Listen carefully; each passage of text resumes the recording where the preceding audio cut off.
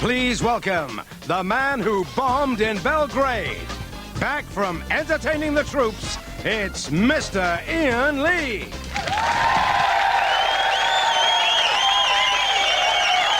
I was busy. I was a bit late. Daisy, thank you for coming. Bless you. Hello. Come on, calm down. We've got a lot of jokes, a lot of gags. I'll tell you something.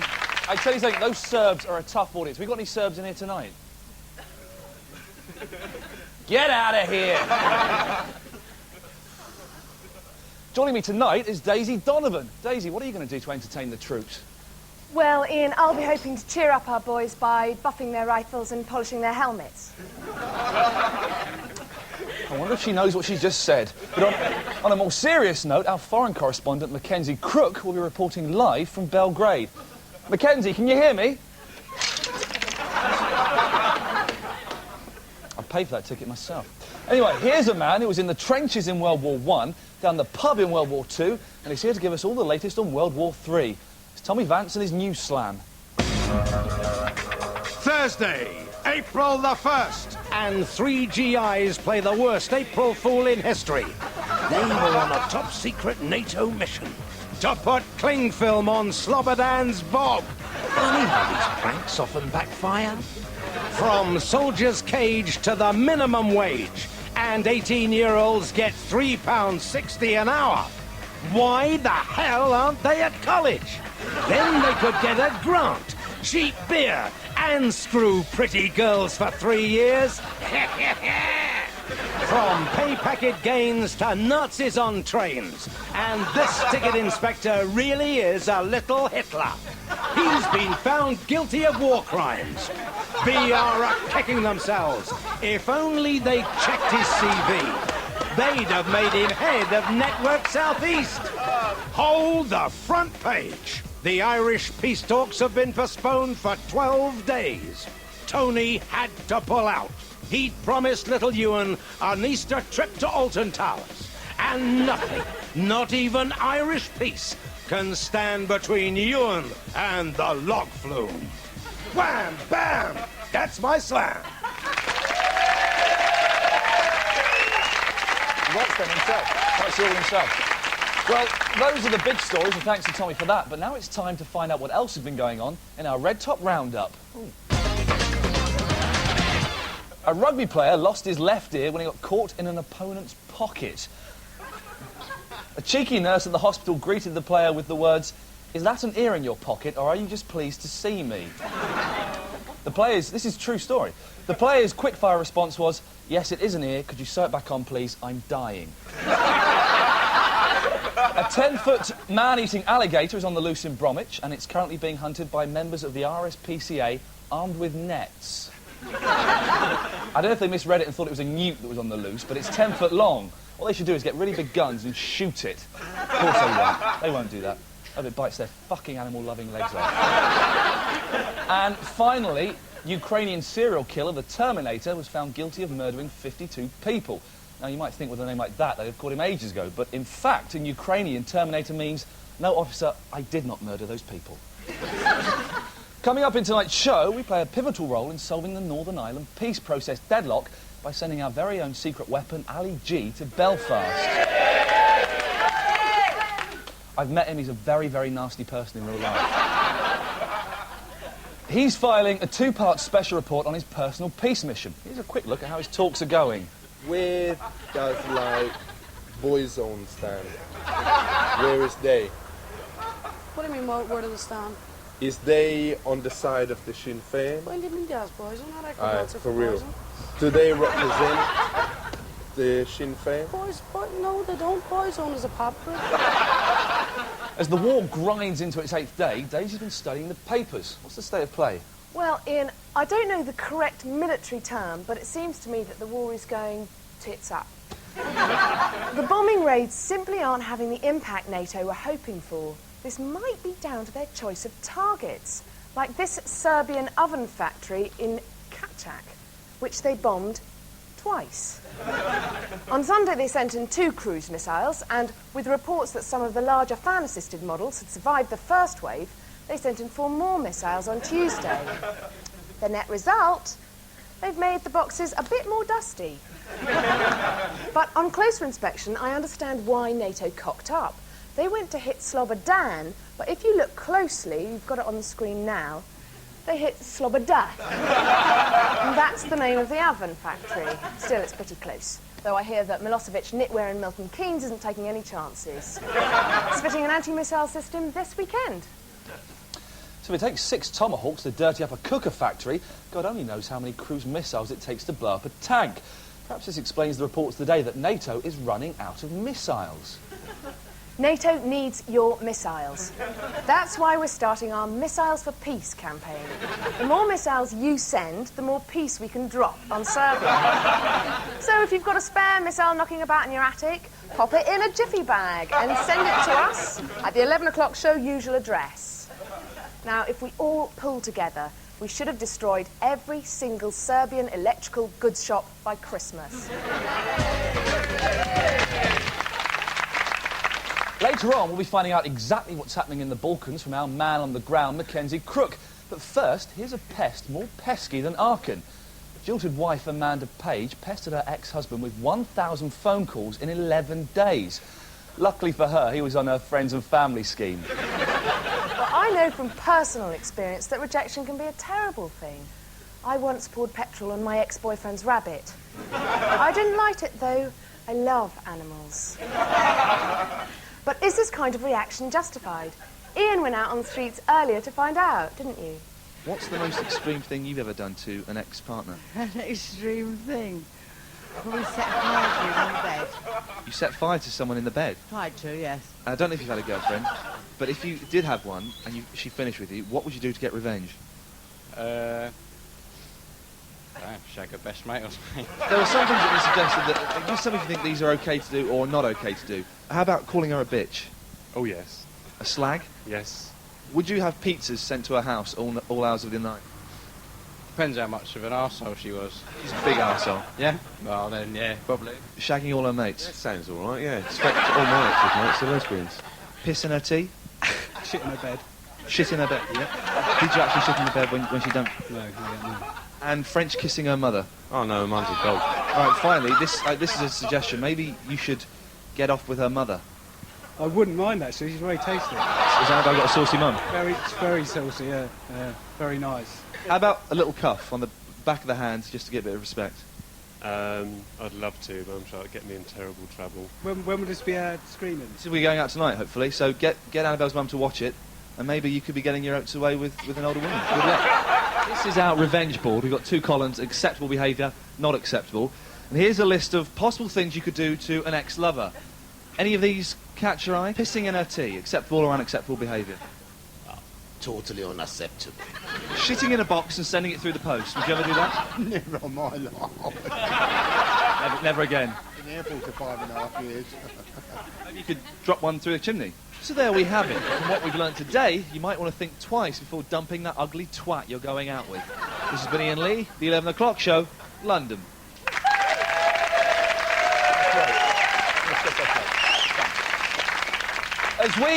As we enter the second week of the Balkan Bomb Fest, there's only 2 Western journalists left in Serbia. The first is the legendarily intrepid John Simpson, and the second, the legendarily insipid Mackenzie Crook. Now, I must remind you, Mackenzie is reporting under tight Serbian broadcasting restrictions, so I don't know exactly how much detail he can give us. Let's try and find out. Mackenzie, are you there? Can you hear me? Mackenzie, are you there? Yes. Well, actually, I just asked my Serbian minder. Excuse me, am I here? Yes, I am. Mackenzie, have you seen any evidence of the NATO offensive? I've seen an unspecified amount of the thing you just mentioned, but I don't know if I can be any more specific than that. Am I allowed, Arkan? No, I'm not. All right, I understand you're in a bit of a tricky situation. Now, can you tell us how the civilian population in Serbia is bearing up? Would that I could, Iain, would that I could, but alas, I'm being very heavily censored. Can I say that? I'm sorry, I take that back. I'm not being censored. That's the one thing I can say for certain. So you can't tell us anything about, I don't know, food supplies? No. Refugees? No. Your hotel? No. Mackenzie, what can you tell us? Belgrade is certainly a city of contrasts, with a nightlife scene that surprises many visitors. Mackenzie, is there anywhere that the casual visitor can catch, I don't know, live jazz funk? Yes. You can catch live jazz funk at the Cafe Hugo every Tuesday night. OK, Mackenzie, I'm going to have to stop you there. You're boring me. Thank you very much. It's good to see at least one man's defying the Serbs and getting some real facts out of Belgrade. One very brave man indeed. But now on a lighter note, Northern Ireland. With the peace talks postponed for 12 days, we decided to break the deadlock by sending over our very own secret weapon, Ali G. Ali, the nation's hopes are with you. Wicked. I is here in Northern Ireland. I had a little accident beforehand. Joking. You must be sensitive about this situation, because for too long brothers has been killing brothers here. So I has come to Belfast to make sure that by the end of the day, there is full-on peace. Keep it real. Island, Island. Goodbye now. Island, Island. Check this. I is with my main woman, Sue Ramsey. She be a member of the Assembly of Sinn Féin. Now, Sinn Féin, what's the vibe? Sinn Féin is a 32-county party. Our main aim is the reunification of Ireland. And what is the language that they speak here? They speak Gaelic here. Gaelic? Gaelic, yeah. What is that, like a Bati language or something? Like, what is the real name for it? Irish. What is the... It's called Irish? Irish, yes. So then when they're cussing it, they say it's like a gay man? Gaelic means Irish in Irish. Aye. Gaelic because in Irish. English, gay means a man who sleeps with another man. And the lick is like, you know... What is the story with drugs and that kind of thing here? Is there a problem with drugs here? There probably is. Is maybe the cause of the problem that they say that, and maybe it's a stereotype or whatever, but they say the Irish is always up for the crack or whatever. Is that a problem because the crack makes you violent? Me know people from my estate, they go mental, and whenever there's someone around, they want to fight them, whatever. No. It's a bad drug. No, crack in Ireland means having a good time. For real, they ain't all fun. It's also bad stuff as well. There's a high, but after you finish it, there's a low. Crack in Ireland doesn't mean drugs. Ali in Ireland, Ali in Northern Ireland. Ali in Ireland, Ali in Northern Ireland. Boom! Wicked. I is with none other than my main man, the Lord Mayor of Ireland, David Olderice, and we is having a cup of tea. Hello, Alice. You're very welcome to Belfast. I don't know what's going on here. Why is there all the fighting? There are people in Northern Ireland who wish to be part of a united Ireland. For real. And then there are people living in Northern Ireland who wish to remain part of the United Kingdom. And where does Wogan stand? Wogan. Terry Wogan. Terry Wogan. Terry Wogan. What is he? I have no idea what his political stance is. But was he not in the IRA? Terry Wogan? No, he wasn't.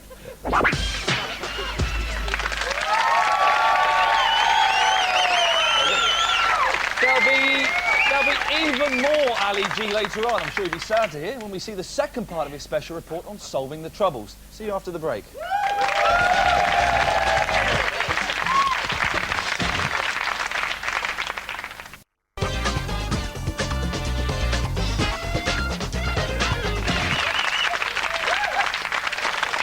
Welcome back to 11 O'Clock Show. Today sees the introduction of the national minimum wage, which means that by law, all 18-year-olds will now get at least £3 an hour. That's extra cash they can be spending on cider, hip-hop and one-armed gamblers. But for the 11 O'Clock Show's Daniel Demetriou, the minimum wage means nothing. He works for us under the government's New Deal scheme. Here's his genuine papers. And Dan earns a whole lot more than the minimum wage. In fact, we believe he's the highest paid New Deal boy in the country. So, let's bring him on.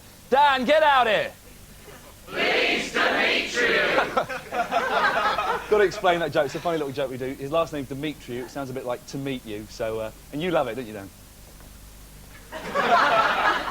Now, you are a genuine New Deal boy, aren't you, Dan? We've got to sort that out. Yeah. Fantastic. Now, Dan, a normal day for you involves you coming in, going back out buying Jaffa cakes, coming back in and flirting with Daisy all day long. She doesn't like that. They'll ask you to stop. But we have got actually some proper work for you to do today. I'm sorry about that. We're doing a sketch later on Very, very funny about the Irish peace talks. Very good. And we're using animals to represent the key people involved. You understand? And the thing is, we need you to look after the animals. Is that okay? Yeah. Right, we've got a room backstage. In the room, we've got, I think, a rooster, 3 chickens, 2 mallards, and a great big rabbit. Now, have you got any experience with looking after animals? None at all. Perfect. You'll be great for the job. Off you go, and I'll give you a call when we're ready. Cheers, Dan. Thanks a lot. No. Don't bother. Don't bother. Has he gone? Has he gone? Right. Now, don't get your hopes up about the Irish peace process sketch. We're not doing that. Sorry. If you check your diaries, April Fool's Day. And what could be better than to leave a work-shy youth in the room with some animals? We'll be checking on Dan's progress later. We'd just like to take a few moments to make an apology to TV host Anthea Turner, following an item in yesterday's show regarding her sacking/resignation, depending on which paper you read, from the ITV travel programme Wish You Were Here. Firstly, we freely admit that telephoning Ms Turner on holiday and breaking the news by shouting, "Gutted like a kipper, you Barbie," down the phone was both unnecessary and inconsiderate on our part. The 11 o'clock show also acknowledges that broadcasting the disturbing footage of Anthea's head on fire, which follows, was totally inappropriate, and if easily shocked, please do turn away. And if you want something to happen to you on this...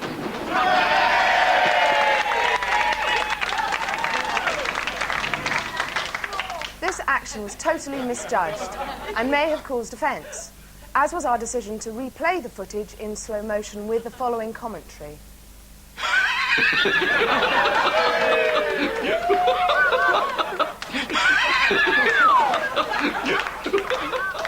We now understand this failed to present the health and safety message intended. Miss Turner, we are sorry. You are a very brave lady. We will never show the footage again.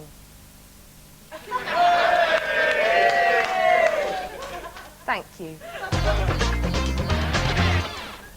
Do you remember E.T., the extraterrestrial who warmed the hearts of a generation all over the world, despite the fact he looked like Mother Teresa? Well, despite the fact he's a dead ringer for a wrinkly old nun, according to a top biologist, E.T. looks nothing like a real alien. And according to Dr. Jack Cohen, an eminent academic who writes about aliens, E.T.s are not the only sci-fi alien that don't look right. Neither do these, or this. So let's meet the man who's made these astonishing claims. Please welcome Dr. Jack Cohen. Hello, Jack. Hi, Iain. Pleased to meet you. Sit down. Sit down. Now, Jack, we've got to confirm you are a genuine alien expert, aren't you? I am the most genuine you'll come across. Well, I'm not wanting to come across you, but what exactly are your alien qualifications? Well, I've helped a lot of science fiction authors design real ecologies, nail their fantasies to the ground. So what do aliens look like? Not like us. If we ran evolution again on this planet, we'd get something quite different. I don't know what they do look like, Iain. I know what they don't look Jack, like. calm down. Calm down. Don't worry. We're not being nasty. Now, Yeah. what is the most accurate movie alien? Is it the Ewoks in Caravan of Courage? I'm persuaded by the Starship Troopers ones. Do aliens, you think, make films about humans and get it totally wrong? That's what a super question. I've not been asked that before, and it's a lovely idea. I guess they do. Right, now, a lot of aliens on Star Trek speak English simply by monitoring our American. radio waves. Do they do that?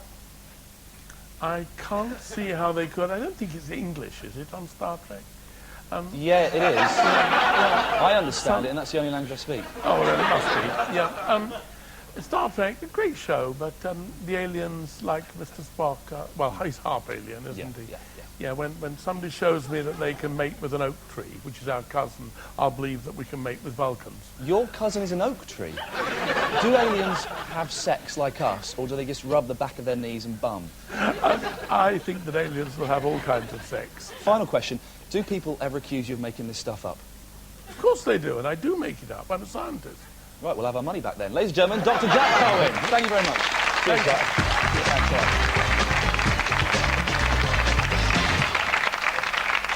Time now to check on New Deal boy Daniel, if she likes to be called, we call him Dan. He's looking after the animals he thinks we'll be using for a peace process sketch later on. A member of the 11 o'clock show team should just be about to go in there to give Dan some instructions. Let's go back and have a look. Okay, Dan, we're almost ready for the animals now, but we want to make them look a bit more like their characters, yeah? Yeah. All right, so we want the chickens to be the orange men in this bit, yeah? Right. So if we take those hats and those sashes, we put them, pin that onto the chicken there, and we want the rabbit to be the terrorist. You see this? Yeah. Yeah. Take that, put that on the rabbit's head. There's some combat fatigues. Okay. Nice one. The ducks, whichever one of the ducks you reckon looks most like Momo, then yeah, we'll use that. Okay. Yeah, you alright with that? Yeah, I'm alright. Okay. The power, I love it. Hey! Didn't take you long to get back from Belgrade. No, exactly.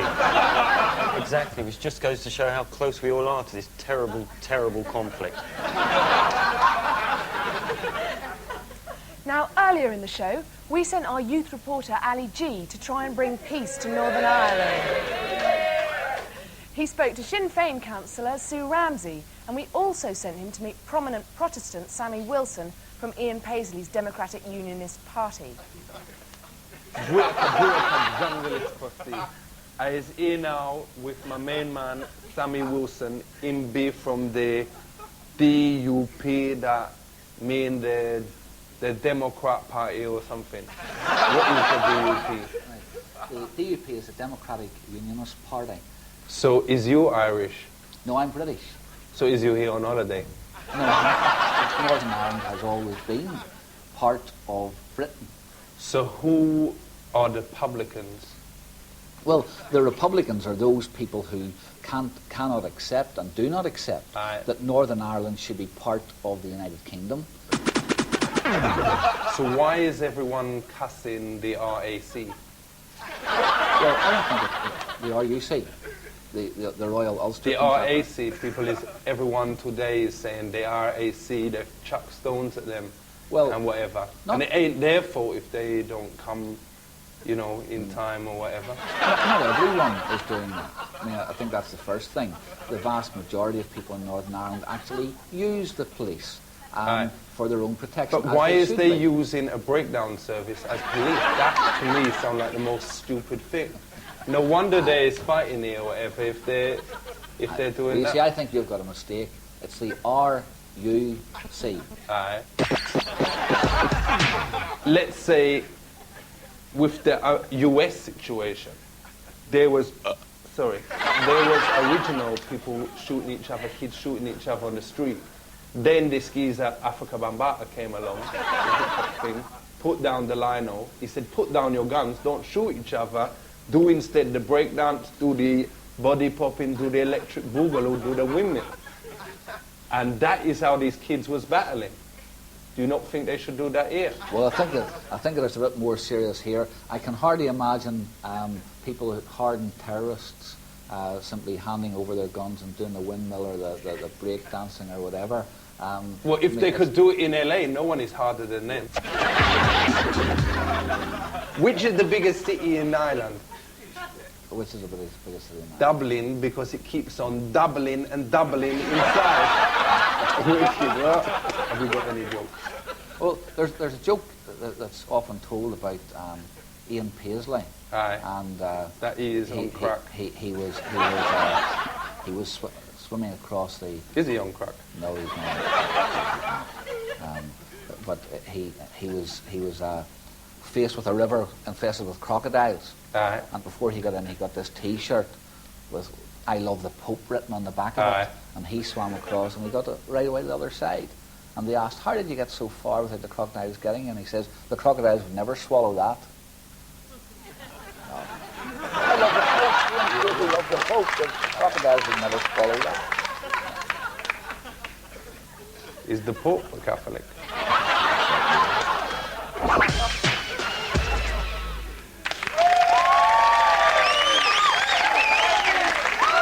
Now, we're running out of time, but before we go, there is just time to bring on New Deal boy Daniel and the animals he's been looking after for the Irish peace process sketch. Dan, we're ready for you, mate. Pleased to meet you. Love it. Absolutely love it. Dan, oh, look at that lovely rabbit dressed up there. Very nice. Now, you've been stuck in a room looking after all this lot throughout the show. Well, we're not really using them for anything, mate. There is no Irish Peace Process sketch. We've been having April Fool's fun! Push pineapple, shake the tree. Push pineapple, to the left, to the right, jump up and down and to the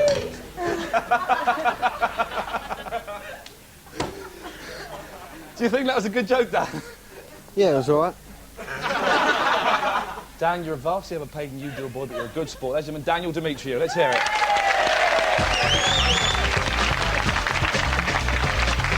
What a lot of fun. Well, that's it for tonight. Join us next week. Good night.